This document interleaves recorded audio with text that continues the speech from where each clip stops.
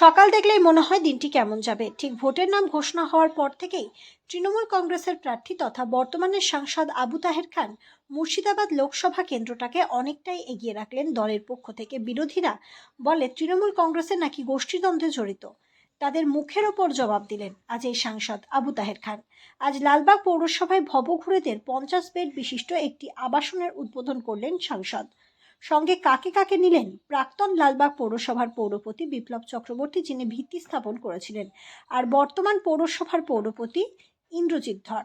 দুইজনকে দুই পাশে নিয়ে তিনি বললেন, বিপ্লব চক্রবর্তী ভিত্তি স্থাপন করেছিলেন আর ইন্দ্রজিৎ ধর এটার ওপেনিং করলেন। আমরা পারি, তাই বিরোধীরা বলছে যে আবু তাহের খানের পক্ষেই সম্ভব। তাই তো বলি, অন্য বিরোধী দলের নেতারা যেটা পারে না, আর মুর্শিদাবাদের সাংসদ আবু তাহের খান সেটা কিন্তু অনায়াসেই পারে।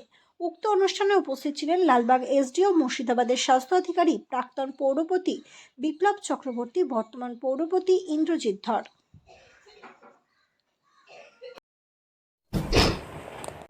দেখুন, লালবাগে আজকে ভবঘুরিদের জন্য একটা থাকার ব্যবস্থা, 50টা বেডে থাকা খাওয়ার ব্যবস্থা করা হয়েছে। আমাদের মাননীয় মুখ্যমন্ত্রী তিনি সবসময় ভাবেন সকলের কথা, এবং সকলের কথা ভাবেন বলেই আজকে তিনি ভবঘুরিদের জন্য প্রত্যেকটা মিউনিসিপ্যালিটিতে এই ধরনের আবাস তৈরি করছেন। 50টা লোক যাদের থাকা খাওয়ার ব্যবস্থা নেই তাদের থাকা খাওয়ার ব্যবস্থা হবে, সেখানে সবসময় চিকিৎসার ব্যবস্থা হবে।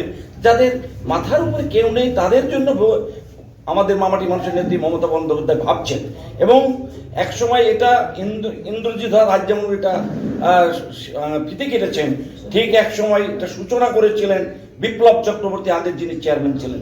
সুতরাং যে শুরু করেছিল আর যে শেষ করলো, দুজনকেই আমরা দুই পাশে নিয়ে এসডিও সাহেবের উপস্থিতিতে আমরা সেই ভবঘুরের আজকে শুভ সূচনা করেছি।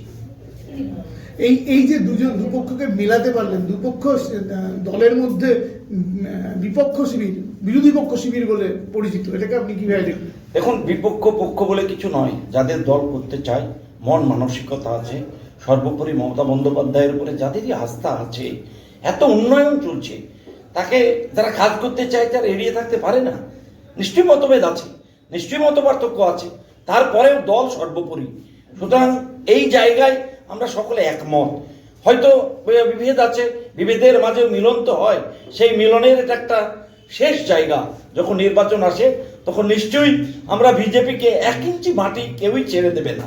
যারা দল করতে চায়, দলকে ভালোবাসে, যারা তৃণমূল করতে চায়, তারা 1 ইঞ্চি মাটি বিজেপিকে ছেড়ে দেবে না। সুতরাং তারা সবাই আবার একত্রিত হচ্ছে, সেখানে সাউনি সিংহ রায় একত্রিত হচ্ছে, আমরা সকলেই এক জায়গায় আছি, এখানে কোনো মতভেদ নেই। আমার নির্বাচনী ক্ষেত্র মুর্শিদাবাদ, সেই মুর্শিদাবাদ নির্বাচন ক্ষেত্রে আমাদের বিরোধী পক্ষ বলে কেউ নেই।